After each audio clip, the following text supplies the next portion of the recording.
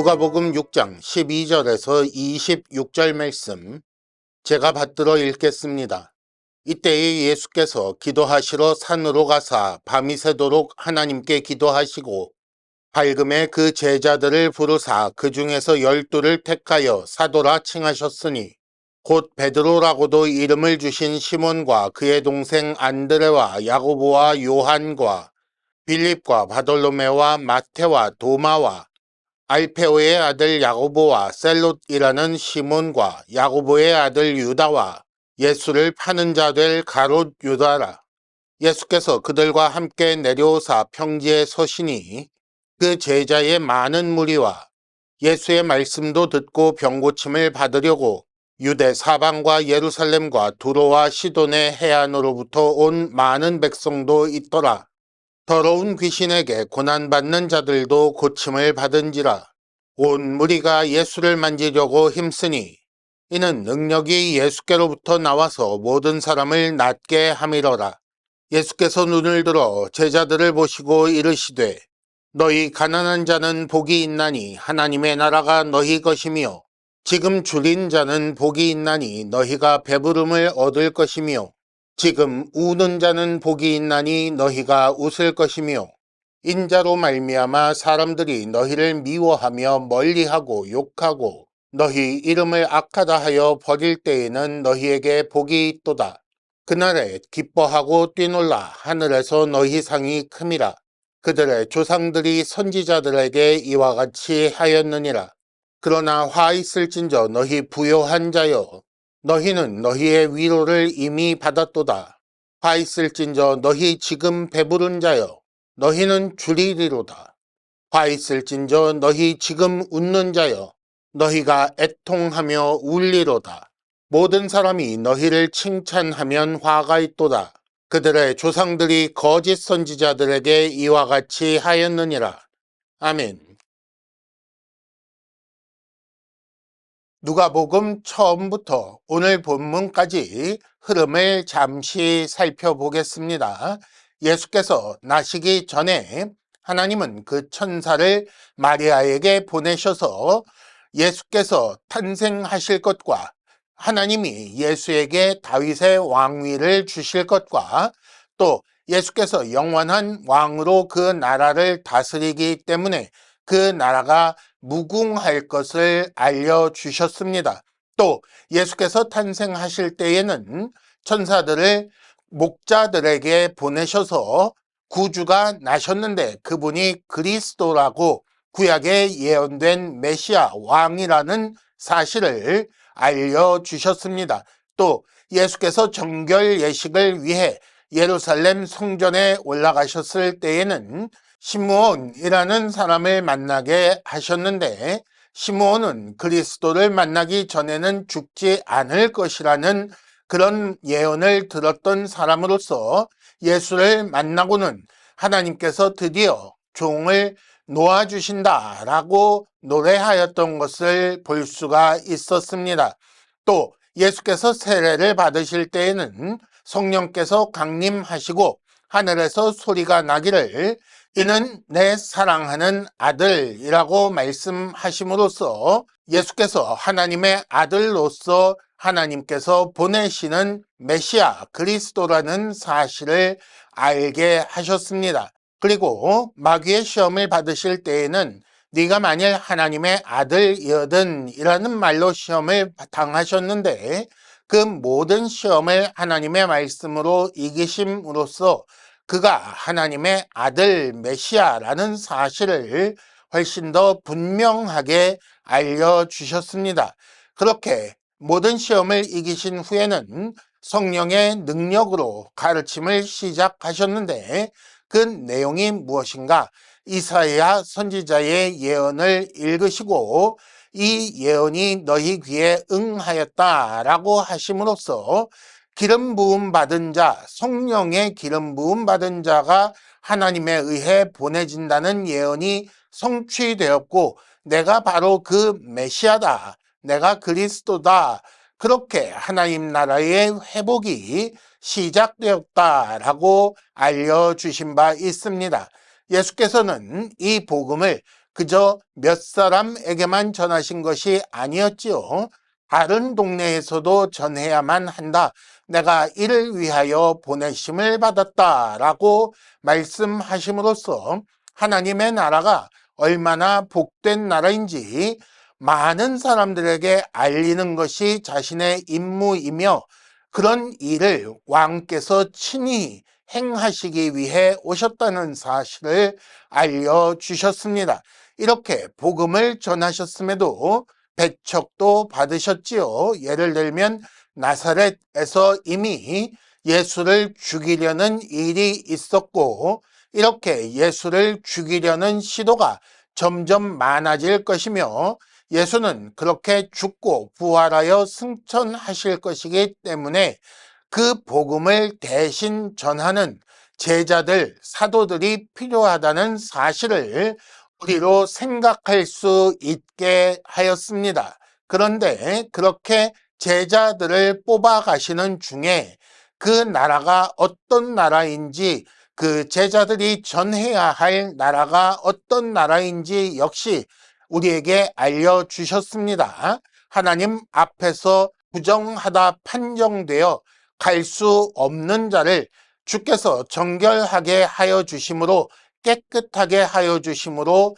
다시 하나님 앞에 갈 수 있게 되는 그런 나라라는 사실을 알려주셨고 예수께서 죄 사하시는 은혜를 베풀어 주셔야 그 나라에 갈 수 있음을 알려주셨으며 예수께서 신랑이 되시고 그 신부처럼 부르셔서 그 나라에서 함께 모여 잔치하게 될 것을 알려주셨습니다. 또 줄여서 생명의 위협을 받는 자들이 그 양식을 얻는 참된 안식을 누리게 되는 나라이며 그 육신의 연약함으로 말미암아 온전함을 누리지 못하던 자들이 회복되어 참된 안식을 누리게 되는 나라인 것을 알려주셨지요.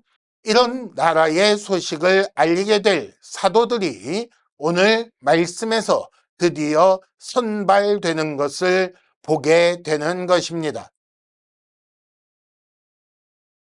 사도들을 선발하는 과정, 그 단계의 첫 번째는 12절에 의하면 예수께서 기도하시는 것으로 시작되었습니다. 특별히 밤이 새도록 기도하셨다라고 되어 있고 당연하겠지만 하나님께 기도하셨다라고 기록되어 있습니다. 밤새 기도하신 것을 통해 예수께서 이 일을 얼마나 중대한 것으로 여기셨는지 우리는 읽을 수가 있습니다만은 그러나 거기서 그칠 것이 아닙니다. 어쩌면 당연하겠지만 하나님께 기도하셨다라는 것에 주목해야 할 필요가 있습니다. 이 일이 하나님과 상의해야 할 일이라고 생각하셨다는 것이지요. 이 일은 하나님 나라의 일이기 때문에 사람과 상의해서 사람의 간섭에 의해 결정될 일이 아니라는 것입니다.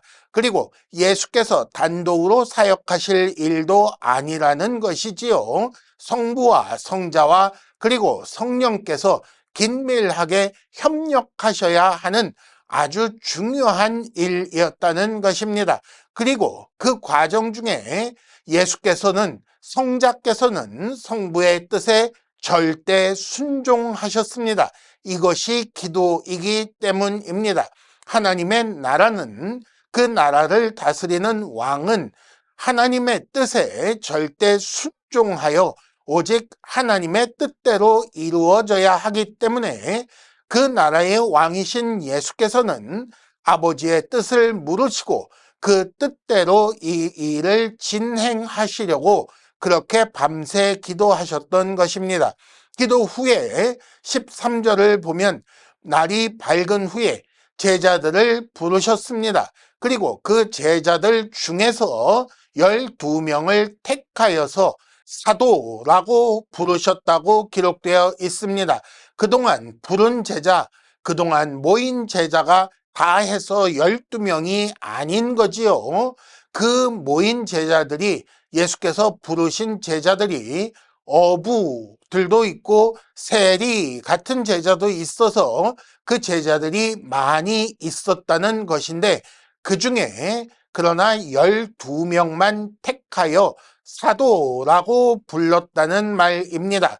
사도라는 것은 보냄받은 자라는 말로서 왕이 그를 보내어 민중을 향하여, 백성을 향하여 왕의 뜻을 전하는 그런 임무를 맡은 사람을 사도라고 부릅니다. 그러니까 예수께서 사도라고 부르셨다는 것은 그 12명이 일반적인 제자의 일이 아니라 아주 특별한 임무를 맡은 사람들이라는 말이 됩니다. 그리고 사도라는 것은 그래서 다시 없는 임무라는 것을 우리는 알 수가 있는 것이고, 제자라고 해서 모든 사람이 혹은 아무나 사도가 되는 것이 아니라는 사실도 알 수가 있게 되는 것입니다. 그런데 이렇게 특별한 임무를 맡은 사도라는 사람들의 면면을 보시기 바랍니다. 14절에 보면 베드로라고 하는 시몬과 안드레, 야고보, 요한 같은 우리가 잘 아는 어부들이 제자가 되어 있고 사도로 부름받았습니다.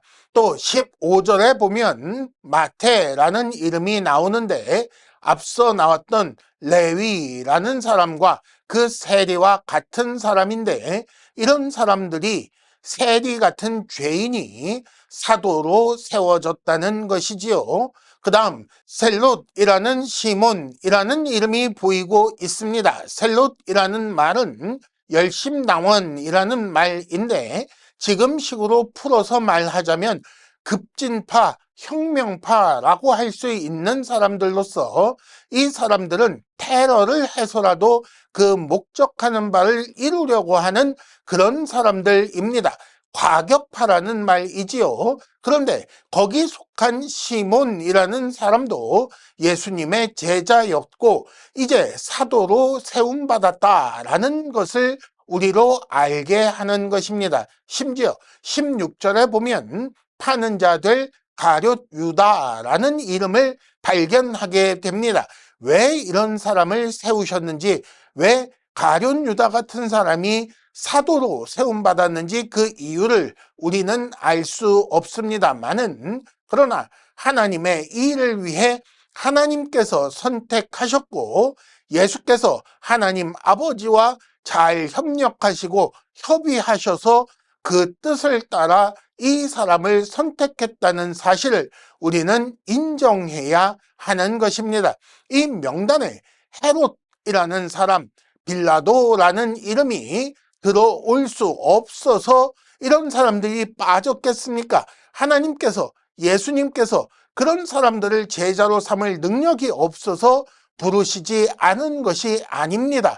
심지어 로마 황제같이 유명한 사람, 영향력 있는 사람을 선택하지 않으신 이유가 있다는 것을 생각해야 합니다. 하나님께서 그리고 예수께서 선택하여 세우신 사도 그리고 제자, 하나님 나라의 일꾼은 세상의 조건, 사람의 생각을 따라 되는 것이 아닙니다.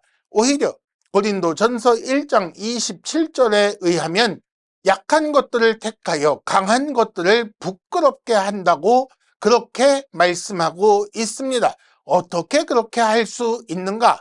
고린도 후서 12장 9절 말씀에 의하면 내 능력, 즉 하나님의 능력은 약한 데서 온전하여진다 라고 말씀하셨습니다. 그러므로 사도라는 사람들, 제자 혹은 하나님 나라의 일꾼이라는 사람들은 능력이 있기 때문에 선택된 것이 아니라는 사실을 우리는 알아야 합니다. 그가 영향력이 있기 때문에 선택된 것이 아니고 그가 잘났기 때문에 선택된 것이 아닙니다. 연약하고 비천한 죄인이 사도라는 특별한 임무를 맡은 자가 되어 예수와 함께 많은 무리를 향하여 서게 된 것입니다. 이렇게 친히 선택하신 사도들과 함께 예수께서는 산에서 내려오셔서 평지에 모여있는 무리를 향하여 서셨습니다. 그런데 그 예수와 사도들이 향하여 있는 그 무리의 구성은 어떠합니까? 제자들의 많은 무리가 있었다고 했습니다.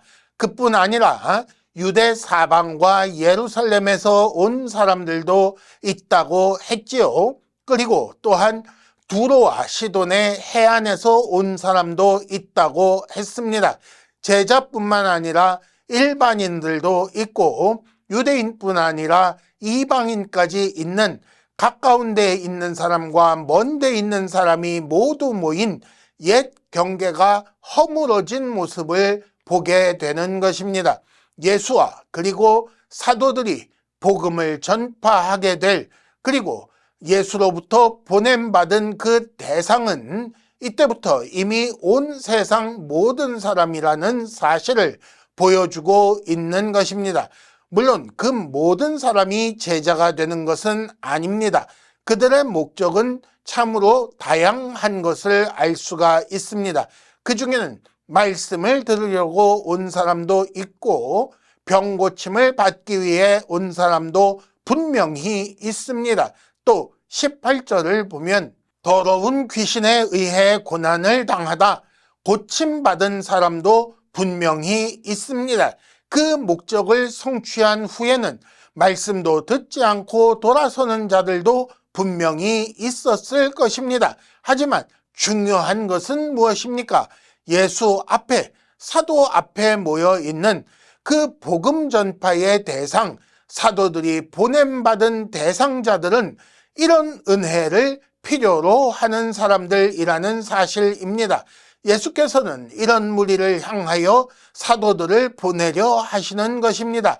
마치 하나님께서 애굽에서 종살이하는 사람들을 향하여 모세를 보내신 것처럼 그렇게 보내시려는 것이며, 마치 모세가 각 지파 백성들을 향하여 그 장로들에게 말씀을 전하고 보낸 것처럼 하나님 나라 백성들을 만들기 위해 예수께서는 사도들을 보내시고 계시는 것입니다.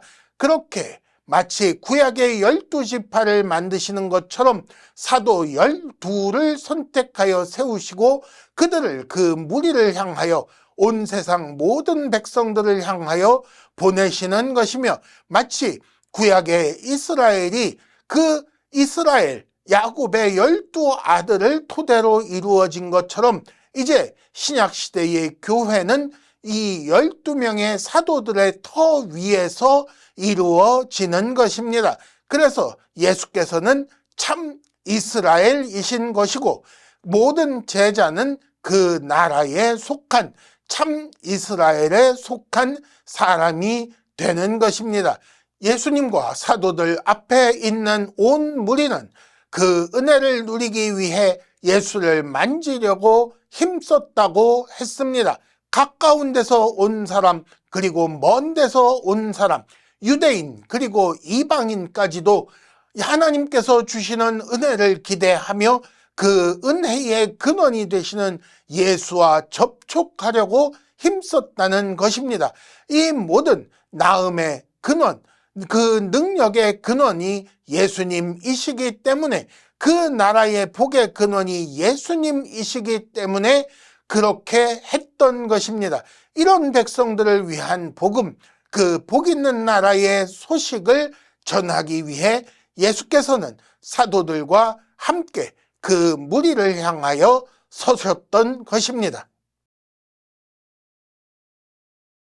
그래서 예수께서는 눈을 들어 제자들을 보시고 그 나라에 대해 가르치시기 시작하셨습니다. 누가 그 나라에 합당한 자인지, 그 나라는 누가 들어가게 될 것인지, 그 나라가 어떤 나라인지 알려주신 것입니다. 먼저 가난한 자가 들어가, 아무것도 가지지 못한 자가 들어가 그 나라를 소유하게 될 것이라고 말씀하셨습니다. 그 나라의 복을 줄인 자가, 우는 자가 누린다고 또한 말씀하셨습니다. 이렇게 말씀하시기 위해서 그 본보기로 가난한 어부를 뽑으셨으며, 그 나라에 들어갈 수 없다는 이유로 울고 있었던 슬퍼하던 죄인 세리를 택하여 사도로 세우신 것이라고 할 수가 있는 것입니다. 하나님 앞에 부정하던 나병 들린 환자를 고치신 이유도 그런 자들이 들어가게 될 것이라는 것을 알리시기 위한 것이며, 혼자서는 꼼짝도 할 수 없어서 하나님 앞에 올 수 없었던 중풍병자를 고치신 것도 그런 사람들이 들어갈 나라가 하나님 나라라는 사실을 알려주시기 위해서 고쳐주셨던 것입니다. 그 모든 사람들은 마치 레위가 열었던 잔치자리에서 모여있던 그 사람들처럼 웃게 될 것이라고 말씀하셨습니다. 하지만 이 세상에서 제자들의 삶은 부자가 되고 인기를 누리며 세력을 얻게 되는 것은 아니었습니다. 제자들은 예수로 말미암아 미워함을 받으며 멀리함을 받으며 욕을 먹으며 그 이름이 악하다 여김 받으며 버림을 받을 것이라고 했습니다. 왜 그렇습니까? 그들이 선지자들에게 이와 같이 했다고 말씀하셨습니다. 즉 예수의 제자는 세상에서 선지자 노릇을 한다는 것입니다. 예수의 제자는, 하나님 나라에 속한 자는, 세상에 속하지 않은 자는 그런 선지자 같은 삶을 살게 되는 것입니다. 만일 이 세상에서 평안하다면 그는 선지자의 노릇을 하지 못하기 때문이며, 그렇기 때문에 하늘에서 상이 없거나 매우 적을 것이라는 것을 우리는 예상할 수가 있습니다. 에이, 설마 그렇겠어? 라고 생각하십니까? 이어지는 24절부터 26절 말씀을 보시기를 바랍니다. 24절 말씀은 20절 말씀의 반대가 되는 말씀입니다. 부요와 가난은 반대가 되는 것이지요. 25절은 21절 말씀의 반대가 되는 것입니다. 그렇다면 여기서 부요한 자, 배부른 자, 자는 어떤 사람을 말하는 것입니까? 세상 것을 자기 힘으로 얻을 수 있다고 생각하고 자기 힘으로 얻으려고 하며 하나님의 은혜를 구하지 않는 사람의 특징을 말하고 있는 것입니다. 겉으로는 아무리 하나님의 나라를 바란다, 하나님의 은혜를 구한다 라고 입에 발린 말처럼 그렇게 할지라도 속으로 그것을 내가 믿어서 얻는다, 내가 구하여 얻는다 라는 식으로 나가 중심에 있는 사람들은, 마치 바리새인 같은 사람들은, 그들은 예수께 나아오지 않는 자들이요, 이미 가졌다고 생각하는 자들이요, 지금은 비록 아직 갖지 못하였지만 곧 내 힘으로 가지게 될 것이라고 생각하기 때문에 예수를 만지려고 힘쓰지 않는 자들이 되는 것입니다. 그런데 어떻게 그런 사람들이 그 나라에 속하여 그 은혜를 얻을 수 있겠느냐는 말입니다. 그리고 26절에 보면 모든 사람에게서 칭찬받는 사람은 거짓 선지자라는 사실을 알 수가 있습니다. 앞에서 만일 세상에서 평안하다면 선지자가 아니다, 선지자의 일을 하지 않는 것이다 라고 말씀을 드렸습니다만은, 생각해 보십시오. 이 악한 세상에서 어떻게 해야 칭찬을 받을 수가 있겠습니까? 듣기 좋은 말, 그들이 듣고 싶어하는 말을 해 주어야 하지 않겠습니까? 하나님께서 책망하시더라도 그 책망하는 말을 전하지 않고, 하나님께서 그들을 향하여 고치기를 원하는 말을 주실지라도 그런 말을 하지 않고 입을 꾹 닫고 있어야 칭찬 들을 수 있는 것 아니겠습니까?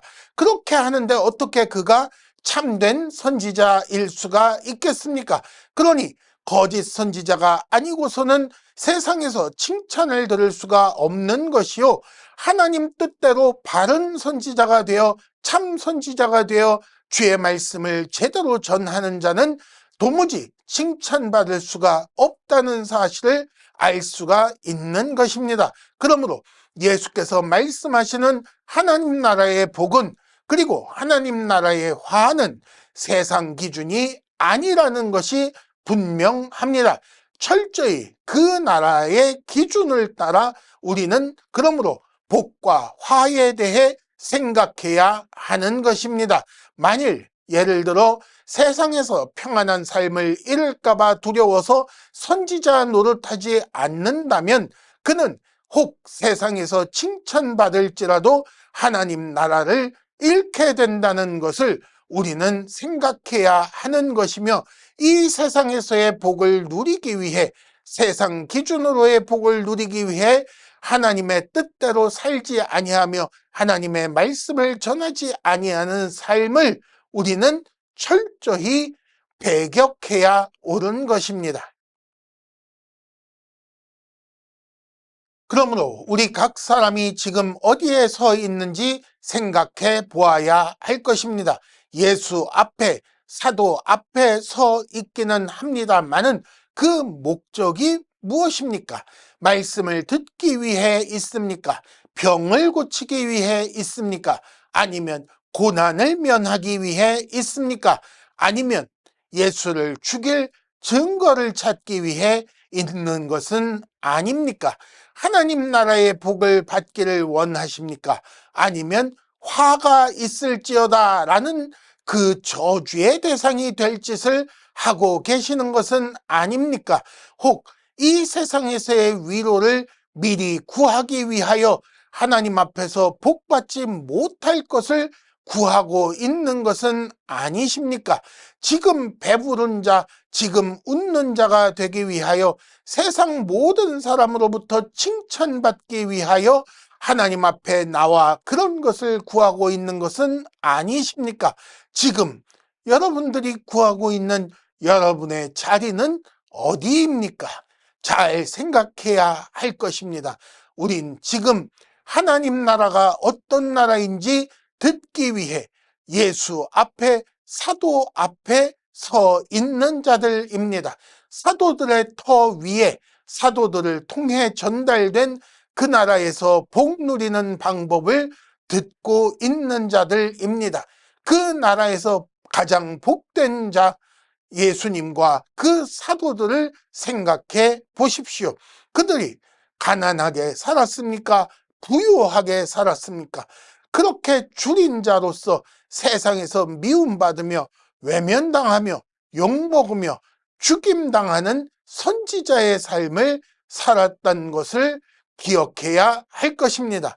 그렇게 복된 자리에 이르기 위해 우리는 어찌해야 할 것인지 다시 한번 잘 생각해 보시는 그런 시간이 되시기를 바랍니다.